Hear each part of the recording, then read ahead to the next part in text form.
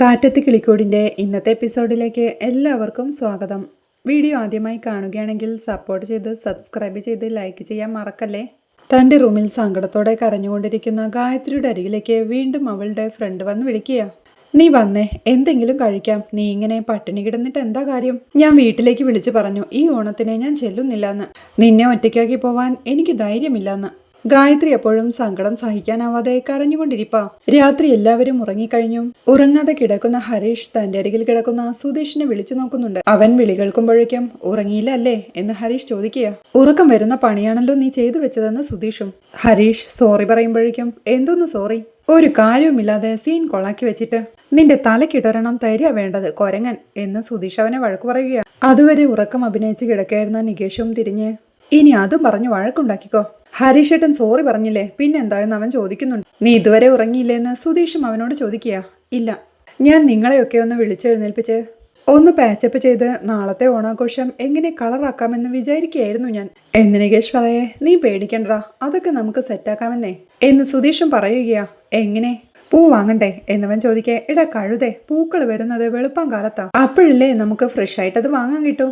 ഒരു പകൽ മുഴുവൻ വെയിലത്തിരുന്ന് വാടിയത് മേടിക്കണോ, അതോ നാളെ രാവിലെ പോയി ഫ്രഷ് ആയിട്ടുള്ളത് മേടിക്കണോ എന്നവൻ ചോദിക്കേ. അതാണല്ലേ വാങ്ങാത്തത്, ഇതാദ്യമേ അങ്ങ് പറഞ്ഞ പോരായിരുന്നോ എന്ന് നികേഷൻ ചോദിക്കുക. അപ്പോഴേക്ക് ഈ കൊരങ്ങനാകെ അലമ്പാക്കിയില്ലേ, വെറുതെ ആവശ്യമില്ലാതെ എന്ന് സുധീഷ് പരിഭവത്തോടെ പറയേ. അത് വിട്ടേക്കെന്ന് ഹരീഷും. സുധീഷും പറയുന്നുണ്ട്, ഞാനത് എപ്പോഴേ വിട്ടോ. എടാ, സുധീഷ് നമ്മളെ ചീത്ത പറഞ്ഞതേ അടി ഉണ്ടാക്കിയതിനൊന്നുമല്ല, അത് ഗായത്രിയുടെ വിഷയത്തിലുള്ള ദേഷ്യമാ. ഞാൻ വന്നിട്ടേ അവൾ എന്റെ മുഖത്ത് പോലും നോക്കിയില്ലടാ എന്നവൻ ടെൻഷനോടെ പറയേ. ഹരീഷും ചിരിയോടെ പറയുന്നുണ്ട്, അതിൽ വിഷമിച്ചിട്ട് കാര്യമൊന്നുമില്ല, അമ്മാതിരി ഉടായിപ്പല്ലേ ചെയ്തു വെച്ചേക്കണേന്ന്.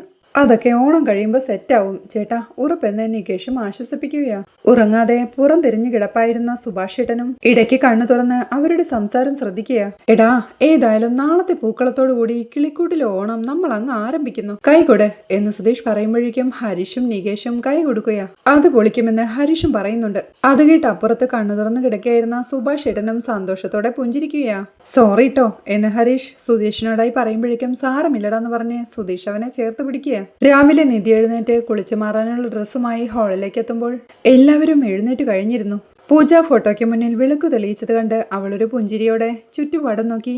ഇത്ര നേരത്തെ എല്ലാവരും എണീറ്റോ എന്ന് പറഞ്ഞ് അവൾ സംശയത്തോടെ അടുക്കളയിലേക്ക് ചെന്ന് നോക്കുമ്പോൾ അവിടെ എങ്ങും ആരും ഉണ്ടായിരുന്നില്ല. നിധി കുളിച്ച് റെഡിയായി വരുമ്പോഴേക്കും അവിടെ സുഭാഷും കൂട്ടരും ഉമ്മറത്തിരുന്ന് പൂക്കൾ റെഡിയാക്കാൻ തുടങ്ങിയിരുന്നു. പൂക്കൾ പിച്ചിയിട്ടുകൊണ്ട് എടാ, എല്ലാവരും ഒരേ കളർ തന്നെയാണോ എടുക്കുന്നത് എന്ന് സുഭാഷ് ഏട്ടൻ ചോദിക്കേ. നമുക്ക് പച്ച കളർ വേണമല്ലേ എന്ന് നികേഷൻ ചോദിക്കുന്നുണ്ട്. കുറച്ച് പൂക്കളുമായി അങ്ങോട്ട് വന്ന് ജമന്തി റെഡി ജമന്തി, കുറച്ച് ഇലയും എടുത്തിട്ടുണ്ടെന്ന് പറഞ്ഞ് സുധീഷും അവിടെ ഇരുന്ന് പൂക്കൾ റെഡിയാക്കാനായി തുടങ്ങുക. നികേഷേ, നിധി എഴുന്നേറ്റ് കാണും, നീ പോയി വിളിച്ചോണ്ട് വാ എന്ന് സുഭാഷ് ഏട്ടൻ അവനോടായി പറയുന്നുണ്ട്. നികേഷ് എഴുന്നേറ്റ് ഏട്ടത്തിയെ വിളിക്കാനായി പോവുകയാ. അവിടെ കണ്ണാടിയിൽ നോക്കി റെഡി ആയിക്കൊണ്ടിരിക്കുക നിധി. നികേഷ് ചെന്ന് ഏട്ടത്തിന്ന് വിളിക്കുമ്പോഴേക്കും നിധി പുഞ്ചിരിയോടെ തിരിഞ്ഞു നോക്കുകയാ. ഫ്രഷ് ആയോ എന്നാ വാ എന്ന് നികേഷ് വിളിക്കേ. നിധി വാടിയ മുഖത്തോടെ നിൽക്കുകയാ. പ്ലീസ് ഏട്ടത്തി, ഓണം വേണ്ടെന്ന് പറഞ്ഞ് ഏട്ടത്തി മാത്രം മാറി നിൽക്കരുത്. അവര് രണ്ടുപേരും ഇന്നലെ രാത്രി തന്നെ സെറ്റായി. വാ ഏട്ടത്തി, നല്ലൊരു ഓണായിട്ട് എന്ന് പറഞ്ഞ് നികേഷ് വിളിക്കേ. നിധി അവന്റെ പുറകെ പോവുകയാ. അപ്പോഴേക്കും സുഭാഷും കൂട്ടരും റെഡിയാക്കിയ പൂക്കളെല്ലാം മുറ്റത്ത് കൊണ്ടുവെക്കാൻ തുടങ്ങിയിരുന്നു. നിധി നികേഷിന്റെ കൂടെ സീറ്റൗട്ടിലേക്ക് എത്തുമ്പോഴേക്കും അവളെ കണ്ട് സുധീഷും എഴുന്നേറ്റ് ആ നിധി വാ, വന്ന് പൂക്കളം ഇടാം വാ എന്ന് പറഞ്ഞ് അവൻ വിളിക്കുക. വാ മോളെ എന്ന് പറഞ്ഞ് സുഭാഷും വിളിക്കേ. നിധി മുറ്റത്തേക്ക് ഇറങ്ങി ചെല്ലുകയാ. നികേഷ് ഹരീഷിനോട് വരയ്ക്കാനായി പറയുമ്പോഴേക്കും ഹരീഷ് വരയ്ക്കാൻ തുടങ്ങുമ്പോഴാണ് സൈക്കിളിൽ അച്ഛൻ അങ്ങോട്ട് വന്ന് ഡാ നിർത്ത് എന്ന് പറയുന്നത്. സൈക്കിളിൽ നിന്ന് ഇറങ്ങി വന്ന അച്ഛനും എടാ അങ്ങോട്ട് മാറി നിന്നേ, ഓണത്തിന് പൂക്കളം ഇടുമ്പോഴേ അതിനൊരു രീതിയുണ്ട്, മുറ്റമടിച്ച് ചാണകം മെഴുകണം എന്നച്ഛൻ പറയുന്നവൾക്ക് ചാണകോ എന്ന് നികേഷൻ ചോദിക്കുക.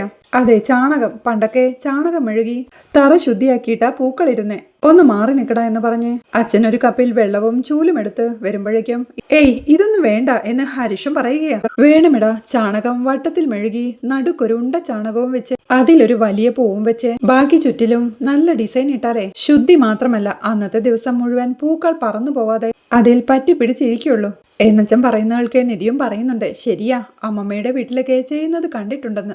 അതേ മോളെ, പണ്ട് വീടുകളിലെ തറ വരെ ചാണകം മെഴുകിയിരുന്നു. വേനൽക്കാലത്ത് മുറ്റം മുഴുവൻ ചാണകം മെഴുകി അങ്ങ് വൃത്തിയാക്കിയിടും എന്ന് പറഞ്ഞ അച്ഛൻ അവർ റെഡിയാക്കി വെച്ച പൂക്കളെല്ലാം എടുത്ത് മാറ്റി വെക്കാനായി പറയുകയാണ്. ദേഷ്യം പൂക്കളെടുത്ത് മാറ്റി വെച്ചുകൊണ്ട് എടാ ഇതെല്ലാം എടുത്തു മാറ്റിക്കോ, അല്ലെങ്കിൽ ഇതിലും മെഴുകും എന്ന് പറയുമ്പോഴേക്കും ബാക്കിയുള്ളവരും പൂക്കൾ എടുത്തു വെക്കാനായി കൂടെ കൂടുകയാണ്. അച്ഛൻ അപ്പോഴേക്കും മുറ്റത്ത് വെള്ളം തളിച്ച് അടിച്ച് വൃത്തിയാക്കി ചാണകം വട്ടത്തിൽ മെഴുകുമ്പോഴേക്കും വൃത്തികെട്ട മണമല്ലേ എന്ന് മൂക്കു ചൊളിച്ചുകൊണ്ട് നികേഷ് സുധീഷിനോടായി ചോദിക്കുന്നുണ്ട്. ഇതിലൊന്നും വലിയ കാര്യമില്ലെന്ന് സുധീഷും. വട്ടത്തിൽ ചാണകം മെഴുകിക്കഴിഞ്ഞ് നടുക്കൊരു ഉരുളയും വെച്ച് ഇപ്പോഴത്തെ പിള്ളേർക്ക് ഇത് വല്ലതും പറഞ്ഞാൽ മനസ്സിലാവോ? പണ്ടൊന്നും പാവം ചാണകത്തിന് ഇപ്പോഴത്തെ പൊളിറ്റിക്കൽ സ്റ്റാറ്റസ് ഇല്ലായിരുന്നു എന്ന് മാത്രം എന്ന് പറഞ്ഞ് അവരോട് പൂവിടാനായി വിളിച്ചു പറയുകയാ. ഈ ചാണകത്തിലോ? ഞാനിടില്ല എന്ന് സുധീഷും പറയുന്നു. വാ നികേഷേ എന്ന് നിധി വിളിക്കുമ്പോഴേക്കും എല്ലാവരും പൂക്കളും എടുത്ത് മുറ്റത്തേക്ക് ഇറങ്ങുകയാ.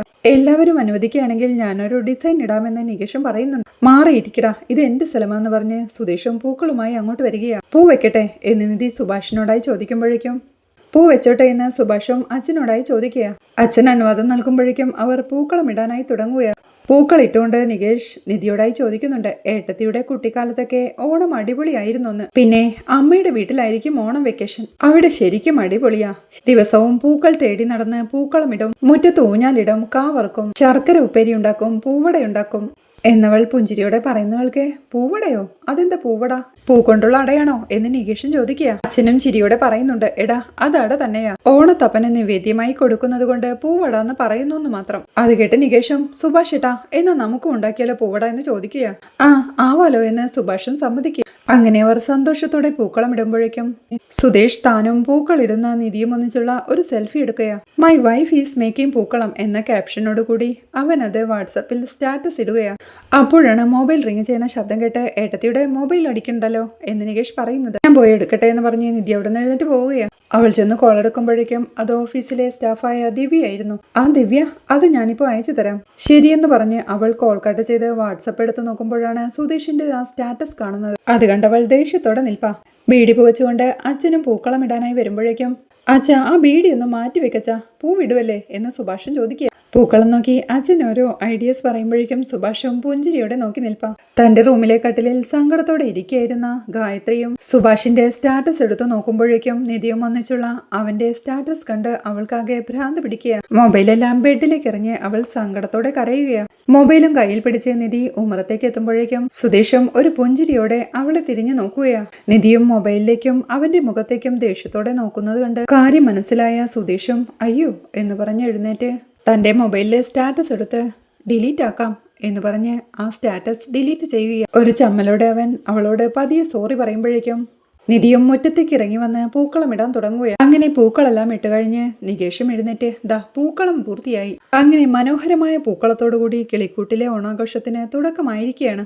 ഇനി മുതൽ 2 ദിവസം എല്ലാ സങ്കടങ്ങൾക്കും അവധി കൊടുത്ത് കിളിക്കൂട് ഓണത്തെമറപ്പിലേക്ക് മുങ്ങാങ്കുഴിയിടാൻ പോവുകയാണ് എന്ന് പറഞ്ഞവൻ സന്തോഷത്തോടെ ആർപ്പോ വിളിക്കുമ്പോഴേക്കും കൂടെയുള്ളവരും സന്തോഷത്തോടെ ഇറോ ഇറോ പറയുന്നുണ്ട്. അച്ഛനും എല്ലാവരോടും നിർത്താനായി പറഞ്ഞ് അതെ ഓണത്തിന്റെ ഒരു പാട്ടോടുകൂടി നമുക്കങ്ങ് തുടങ്ങാം, എല്ലാവരും ഏറ്റു പാടണം കേട്ടോ എന്ന് പറഞ്ഞച്ഛൻ എല്ലാവരുടെയും നടുവിലേക്ക് കയറി നിന്ന് ഓണത്തപ്പ കുടവേറ എന്നൊരു ഓണപ്പാട്ട് മനോഹരമായി പാടുമ്പോഴേക്കും എല്ലാവരും സന്തോഷത്തോടെ കൂടെ പാടുകയാണ്. ഹരീഷ് അത് മൊബൈലിൽ പകർത്തുന്നുമുണ്ട്. അങ്ങനെ അവർ സന്തോഷത്തോടു കൂടി ആർപ്പോ ഇറോ വിളിച്ച് ആ ഓണപ്പാട്ട് അവസാനിപ്പിക്കുകയാണ്. പിന്നീട് എല്ലാവരും ചേർന്ന് പൊടിയെല്ലാം തട്ടി വീടെല്ലാം വൃത്തിയാക്കാനായി തുടങ്ങുകയാണ്. അച്ഛൻ 2 പഴക്കുലയുമായി അടുക്കളയിലേക്ക് വന്ന് പഴുത്തൊരു പഴക്കുല അടുക്കളയിൽ കെട്ടിത്തൂക്കുകയാണ്. അത് കണ്ട് നിധിയും സന്തോഷത്തോടെ പുഞ്ചിരിക്കുകയാ. പിന്നീട് അവരെല്ലാം ഓണവിഭവങ്ങൾ ഉണ്ടാക്കുന്ന തിരക്കില. അവിടെ തേങ്ങ ചിരവുകയാണ് സുധീഷും. അവൻ കായരിഞ്ഞുകൊണ്ടിരിക്കുന്ന നിധിയെ ഒന്ന് ശ്രദ്ധിച്ച് കണ്ണിലെന്തോ പോയി ഒന്ന് നോക്കിയേ എന്ന് ഹരീഷിനോടായി പറഞ്ഞ് ഒരു ചിരിയോടെ നിധിയുടെ അരികിലേക്ക് ചെന്ന് കയറി ഇരിക്കുക. കായ അരിഞ്ഞുകൊണ്ടിരിക്കുന്ന നിധിയെ അവൻ പ്രണയപൂർവ്വം നോക്കിയിരിക്കുക. ഒരു പാട്ടിന്റെ ബാക്ക്ഗ്രൗണ്ടോടുകൂടി സെറ്റ് സാരിയും എടുത്ത് അടുക്കളയിൽ കായ അരിഞ്ഞുകൊണ്ടിരിക്കുന്ന നിധിയെയും അവളെ പ്രണയത്തോടുകൂടി വട്ടം കറക്കുന്നതും അവരുമൊത്തുള്ള മനോഹരമായ പ്രണയ നിമിഷങ്ങളുമെല്ലാം അവൻ സങ്കല്പിക്കുകയാണ്. അതിനൊടുവിൽ നിധി കായ വറുക്കാൻ തുടങ്ങുമ്പോഴേക്കും അവളോട് ഓരോ കിന്നാരം പറഞ്ഞ് അവൻ ആ തിളച്ച എണ്ണയിലേക്ക് കൈയിടുന്നതും പൊള്ളിയതോർത്തവൻ ആ എന്ന് വിളിച്ച് കൈ പിൻവലിക്കുമ്പോഴേക്കും അവൻ ആ സങ്കല്പത്തിൽ നിന്ന് ഉണരുകയാ. അവന്റെ നിലവിളി ശബ്ദം കേട്ട് എല്ലാവരും ഞെട്ടലോടെ അവനെ നോക്കി നിൽക്കുമ്പോഴേക്കും എന്താടാ എന്ന് സുഭാഷേട്ടനും ചോദിക്കുക. കൈപൊള്ളി എന്നവൻ സങ്കല്പത്തിൽ കൈപൊള്ളിയതോർത്ത് അവരോട് പരിഭ്രമത്തോടെ പറയുകയാണ്. അതിനിവിടെ തീ എന്ന് സുഭാഷേട്ടൻ ചോദിക്കേ. ഇല്ലേ, വറുത്ത് തുടങ്ങിയിട്ടില്ലായിരുന്നു അല്ലേ എന്നൊരു പരുങ്ങലോടെ അവൻ നിധിയോടായി ചോദിക്കുന്നുണ്ട്. ഇല്ല, വറുത്തു കഴിഞ്ഞു, ഒരു സ്വപ്നവുമായിട്ട് അങ്ങ് ഇറങ്ങിക്കോളും എന്ന് നികേഷും പറയുന്നുണ്ട്. തന്റെ കയ്യിലെ കത്തി നീട്ടി കത്തിക്ക് നല്ല മൂർച്ചയാ, വെച്ചു തരും ഞാൻ എന്ന് സുഭാഷും അവനെ വഴക്കു പറയുക. നൈസായിട്ട് സ്കൂട്ടാവാമെന്ന് പറഞ്ഞ് ഹരീഷ് അവിടെ നിന്ന് ഇറങ്ങി പോവുകയാണ്. സുധീഷും അവൾ അരിഞ്ഞിടുന്ന കായെടുത്ത് കഴിച്ച് പ്രണയത്തോടെ നിധിയെ നോക്കിയിരിപ്പാ. അടുക്കളയിൽ നിന്ന് സ്കൂട്ടായി വീട്ടിൽ നിന്നിറങ്ങിയ ഹരീഷ് നീതുവിനെ കാണാനെത്തുകയാ. വീടിന്റെ കുറച്ചപ്പുറത്ത് മാറി വേറൊരു വീടിന്റെ മതിലിൽ ചാരി നിന്നവൻ അവളെ മൊബൈലിൽ ട്രൈ ചെയ്ത് ടെൻഷനോടെ ഇത് എവിടെ പോയി കിടക്കുക എന്ന് പറഞ്ഞു നിൽക്കുമ്പോഴാണ് നീതു അങ്ങോട്ട് വരുന്നത്. അവൾ ഹരീഷിന്റെ അരിയിലേക്ക് വന്ന് ഹരീഷെ നീ എന്താ ഇവിടെ എന്ന് ചോദിക്കേ. നാളെ ഓണല്ലേ, നിന്നെ ഒന്ന് കാണണമെന്ന് തോന്നിയെന്ന് ഹരീഷും. നീതുവും സന്തോഷത്തോടെ പുഞ്ചിരിയോടെ ഭാഗ്യം വീട്ടിൽ ആരും ഇല്ലാതായി പോയി എന്ന് പറയേ. ഉണ്ടെങ്കിൽ എനിക്കെന്താ, ഞാൻ കെട്ടാൻ പോകുന്ന പെണ്ണിനെ കാണാൻ എനിക്ക് വന്നൂടെ എന്ന് ഹരീഷും പറയുക. എന്താ ഭയങ്കര ധൈര്യമാണല്ലോ എന്ന് നീതു ചോദിക്കേ. ധൈര്യത്തിന് കുറവൊന്നുമില്ല, ആവശ്യമുള്ളപ്പോ കാണിച്ചാൽ മതിയല്ലോ എന്ന് ഹരീഷും. അവൻ താൻ കൊണ്ടുവന്ന ഒരു കവർ അവളുടെ കയ്യിലേക്ക് നീട്ടി ഇതാ എന്ന് പറയേ. ഇതെന്താ എന്ന് അവളും ചോദിക്കുന്നുണ്ട്. എനിക്കെന്താ ഓണസമ്മാനം തരാൻ പാടില്ലേ എന്ന് ഹരീഷ് ചോദിക്കേ. അയ്യോ ഞാൻ പറഞ്ഞത് കാര്യമായിട്ട് എടുത്തോ നോക്കട്ടെ എന്ന് പറഞ്ഞവൾ അവൻ തന്ന സമ്മാനം എടുത്ത് നോക്കുമ്പോഴേക്കും അതൊരു ചുരിദാറായിരുന്നു. അത് കണ്ട് അവൾക്കും സന്തോഷമാവുകയാ. നാളെ ഇതിട്ടിട്ട് വേണം വീട്ടിലേക്ക് വരാൻ എന്നവൻ പറയുന്നു കേൾക്കെ. ഹരീഷിന്റെ വീട്ടിലേക്കോ എന്നവളും അമ്പരപ്പോടെ ചോദിക്കുന്നുണ്ട്. ആ നാളെ നമ്മൾ വീട്ടിലാ ഭക്ഷണം കഴിക്കുന്നേ എന്നവൻ പറയേ. അപ്പോ ഇവിടെയോ എന്നവൾ ചോദിക്കുന്നുണ്ട്. അതെനിക്കറിയില്ല, അത് നീ മാനേജ് ചെയ്തോണം. എന്നാ ശരിയെന്ന് പറഞ്ഞ് ഹരീഷ് പോവാൻ തുടങ്ങുമ്പോഴേക്കും പോവാണോ എന്നവളും ചോദിക്കുന്നു. എടി ഏട്ടത്തി വന്നതിന്റെ ശേഷം ആദ്യത്തെ ഓണല്ലേ, കുറെ പണികളുണ്ട്, പോട്ടെ എന്ന് പറഞ്ഞ് ഹരീഷ് അവളോട് യാത്ര പറഞ്ഞു പോവുകയാണ്. അവൻ പോകുന്നത് നോക്കി അവളും പരിഭവത്തോടെ മനസ്സിൽ പറയുന്നുണ്ട്. ഓ